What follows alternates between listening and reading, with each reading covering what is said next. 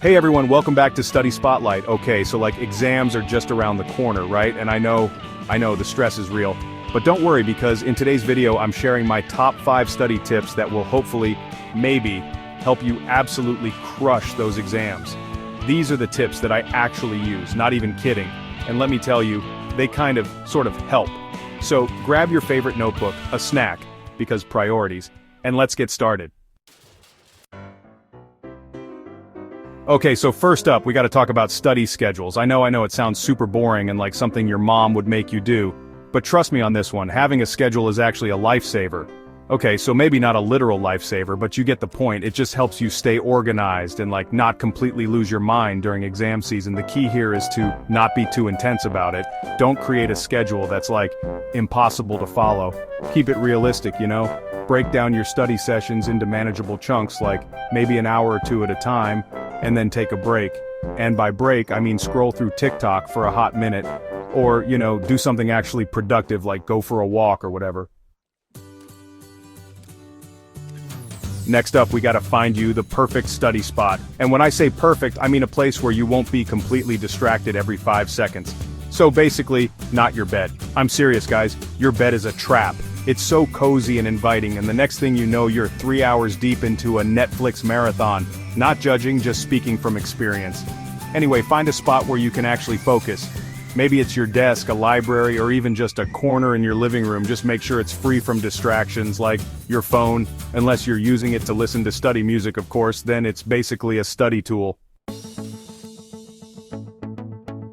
Okay, so now that you've got your schedule and your study space sorted, let's talk about how to actually study effectively. Because let's be real, just reading your notes over and over again is the most boring thing ever, and it doesn't even work that well. Enter active learning techniques. These are basically ways to make studying more engaging and less painful. One thing I like to do is use flashcards. I know it's kind of old school, but it works. You can also try teaching the material to someone else, like your dog or your plant, or a real person if you're feeling up to it. The point is, just find ways to make the information stick. Okay, this next tip is for all my fellow messy people out there. I feel you, I am you. But I'm also here to tell you that staying organized can actually change your life. Or at least your study game. When your notes are all over the place and you can't find anything, it just adds to the stress, So, do whatever you gotta do to keep your stuff together, get some folders, use highlighters, create a color coding system. I don't know, just find what works for you. Even if it's just shoving all your papers into a drawer. Baby steps, people. Okay, so this last tip is the most important one. And that's to take care of yourself. Guys, I'm serious. You can't be expected to function properly, let alone ace your exams, if you're running on 2 hours of sleep and a diet of coffee and instant ramen.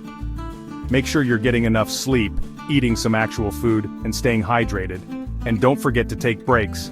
Step away from the books every now and then and do something you enjoy, whether it's watching a movie, listening to music, or just staring at a wall for a while. Just give your brain a break, okay? And that's it for today's video. I hope you guys found these study tips helpful. Remember, you got this. Exams are stressful, but they're not the end of the world. Just do your best, try not to freak out too much, and everything will be fine. And if all else fails, there's always caffeine. Just kidding, but not really. Anyway, good luck with your exams, and I'll see you in my next video. Bye.